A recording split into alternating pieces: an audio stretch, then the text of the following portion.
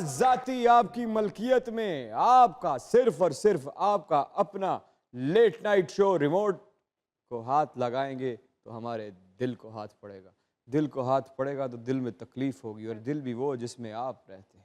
इसलिए देखते रहिए मज़ाकरात। मिलते हैं एक छोटी सी ब्रेक के बाद।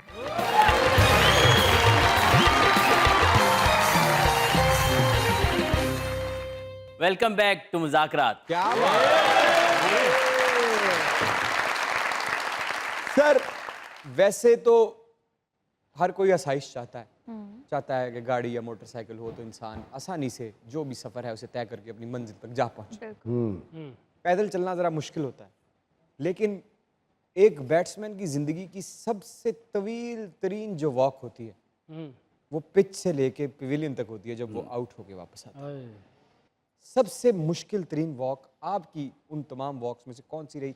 कौन सा ऐसा मैच था जिसमें आउट होने का आपको आज तक दुख है कि ओए ये क्या हुआ? बिल्कुल हमारा टेस्ट मैच था अगेंस्ट न्यूजीलैंड अबू धाबी में। तो वो जो वॉक थी जब लास्ट मैन में आउट हुआ था, हमें 3 रन चाहिए थे जीतने के लिए। तो वो मैच मैं नहीं जिता सका, जिसकी अफसोस जो है वो मेरा करियर का जो वाहिद रिग्रेट, क्योंकि इंसान को रिग्रेट्स अगर गिनना शुरू करे इंसान किसी चीज़ को भी बना सकता है कि यार ये भी रह गई। लेकिन अल्हम्दुलिल्लाह अल्लाह ने बहुत इज़्ज़त दी, बहुत परफॉर्मेंसेस अल्लाह ताला ने कराई।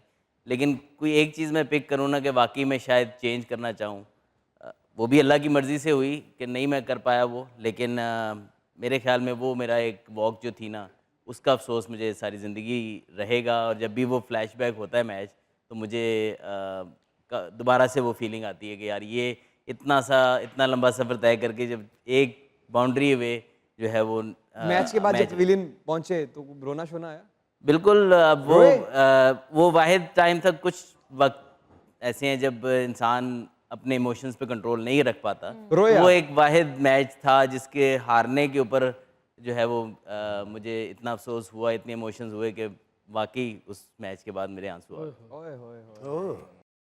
सर कुछ बैटर ऐसे होते हैं जो गेंद पे बड़ा जुल्म करते हैं, जैसे कि हमारे लाला शाहिद अफरीदी साहब। पता नहीं उनका गेंद ने क्या बिगाड़ा है जहां गेंद नजर आती थी उसको मारने को पड़ता है। और एक इंजमाम साहब, यूनुस खान साहब, आप जैसे खिलाड़ी होते हैं जो सब्र से गेंद से प्यार करते हैं, जब तक गेंद कोई उल्टी सीधी हरकत नहीं करती उसे मारते नहीं, साबिर होते हैं। जितना सब्र आपने पिच पर जाहिर किया, मैचेस में, अपनी इनिंग्स में, अपनी बैटिंग में जाहिर किया, क्या असल जिंदगी में भी अजहर अली इतने ही साबिर हैं? उतना नहीं हूँ शायद।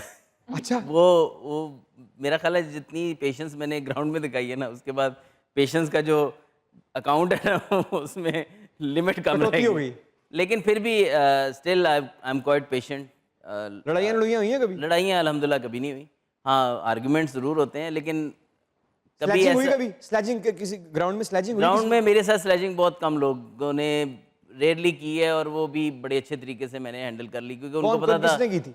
देखिए ऑस्ट्रेलियंस करते हैं। क्या कहते थे? बेसिकली आपको कोशिश ये करते हैं कि डिस्ट्रैक्ट करने की कोशिश करें, डिफरेंट सिनेरियोज़ के अंदर आके आपको टॉन्ट करते हैं, टाइम ज़ाया कर रहे हो, ये कर रहे हो, वो कर रहे हो, फिर आपकी इनिंग्स मतलब आपके स्ट्राइक रेट के ऊपर बात शुरू कर देंगे, कभी किसी चीज़ पे बात करना शुरू कर देंगे। स्ट्राइक रेट की वजह से आपको नहीं लगता कि बैटर्स का जो रिकॉर्ड है या जो उनकी परफॉर्मेंस है वो स्ट्राइक रेट मेंटेन करने के चक्कर में खराब हो रहा है?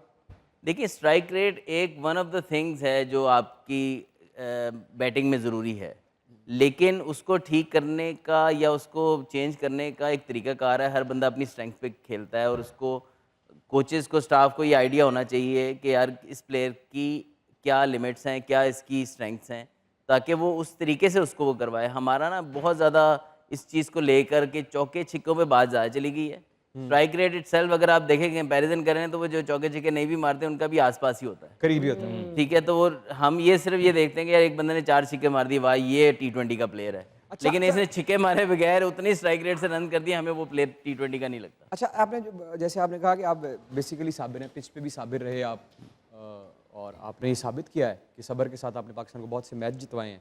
बहुत सी मुश्किल गेंदों का सामना किया है, जो कि अगर कोई जल्दबाज खिलाड़ी होता, जज्बाती खिलाड़ी होता, तो शायद उस गेंद के सामने टिक नहीं पाता और गेंद विकेट पे लगती और वो पवेलियन की तरफ चलना शुरू हो जाता। मोहब्बत में भी साबिर रहे। बिल्कुल, मोहब्बत में साबिर मोहब्बत तो आज जरा उठ के बैठे हैं भाई, के बैठे हैं ना जरा भाई। आइए, जरा। अच्छा, मोहब्बत में सब्र क्या है? मोहब्बत होती है, सब्र किस चीज़ का? मेरा जहाँ तक पर्सनल व्यू है कि आप की जो वाइफ होती हैं उनसे आप जितना इश्क करते हैं वो आप किसी और से कर नहीं सकते। हाँ, अगर आपने घर जाना हो तो। नहीं, घर भी जाना मैं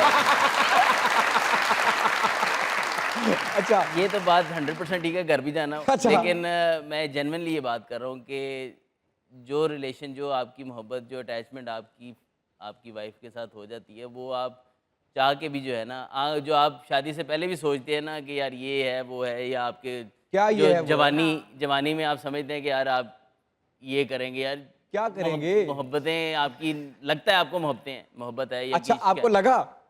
हम मुझे भी लगा होगा। अच्छा, कितनी एक दफा? एक आध दफ़ा ही, तो ज़्यादा दफ़ा नहीं। कितनी देर के लिए लगता रहा? कुछ 6 महीने साल। तो क्या दिमाग हुआ? सीधा हो गया। दिमाग सीधा हो गया? खर्चा बहुत हो गया सी। खर्चा खुर्चे की गल नहीं है, खर्चा तो है ही नहीं सी ना कि पैसे नहीं दिए? लेकिन मैं जिस माहौल में पढ़ा हूँ, हमारा क्रिकेट ग्राउंड और घर का ही सीन था। तो फिर क्या ये सब रास्ते में हुआ? नहीं, रास्ते में नहीं। मैं डिटेल में नहीं जाऊंगा, लेकिन आई बिलीव के जो भी आपको लगता है ना आपके अर्ली एज में, कि आप ये लोग देख भी रहे हैं कि बड़ा पहला प्यार और यही सब कुछ है। यही सब कुछ है, इसके बिना कुछ नहीं है, वो बहुत जल्दी होता है और वो बहुत सारी चीज़ें आपको समझ नहीं आती उस टाइम लाइफ में। आप हर चीज़ चाहते हो कि आप इंडिपेंडेंटली करो, बट काफ़ी सारी चीज़ें आपको बाद में जाके समझ आती हैं कि असल लाइफ जो है ना, वो जब आप ऐसे ऐसे मेच्योरिटी की तरफ आते हो तो काफ़ी डिसीजन जब आप बाद में आगे करते हो ना। मेरी बड़ी अर्ली एज में अल्हम्दुलिल्लाह शादी हुई, 22 की एज में मैंने शादी की क्या बात? और 18 साल हमारी शादी को हो गए हैं। माशाल्लाह, और माशाल्लाह। अल्लाह का बहुत करम अरेंज है। मैरिज हुई सर? अरे खुशकिस्मत हैं आप, आपकी आंखों की चमक बता रही है कि अल्लाह ताला ने आपको नहीं, एक बहुत सलीकेमंद और बहुत अच्छी बीवी से नवाजा है। बिल्कुल। भाभी, भाई बहुत खुश हैं और जो उन्होंने बात की जवानी की, वो पुरानी बात है। नहीं, वो मैं अपनी वाइफ से हर चीज़ शेयर करता हूँ। अच्छा, मेरी लाइफ का ईच एंड एवरी पार्ट जो है ना, मेरी वाइफ को पता होता है। अरे क्या बात। वो ये हमने एक रिलेशन जो है मोहब्बत का, उसमें दोस्ती का बनाया है। उसकी और बुनियाद उसकी में बुनियाद आपने में सच्चाई है। सच का शीशा डाल के बिल्कुल। उसे एक यकीन की बिल्डिंग बनाया है। क्या बात, क्या बात। अस्सलाम वालेकुम। अगर तुम मिल जाओ, अगर तुम मिल जाओ, जमाना छोड़ देंगे हम, अगर तुम मिल जाओ। खैर, जो पे लखत खोलो।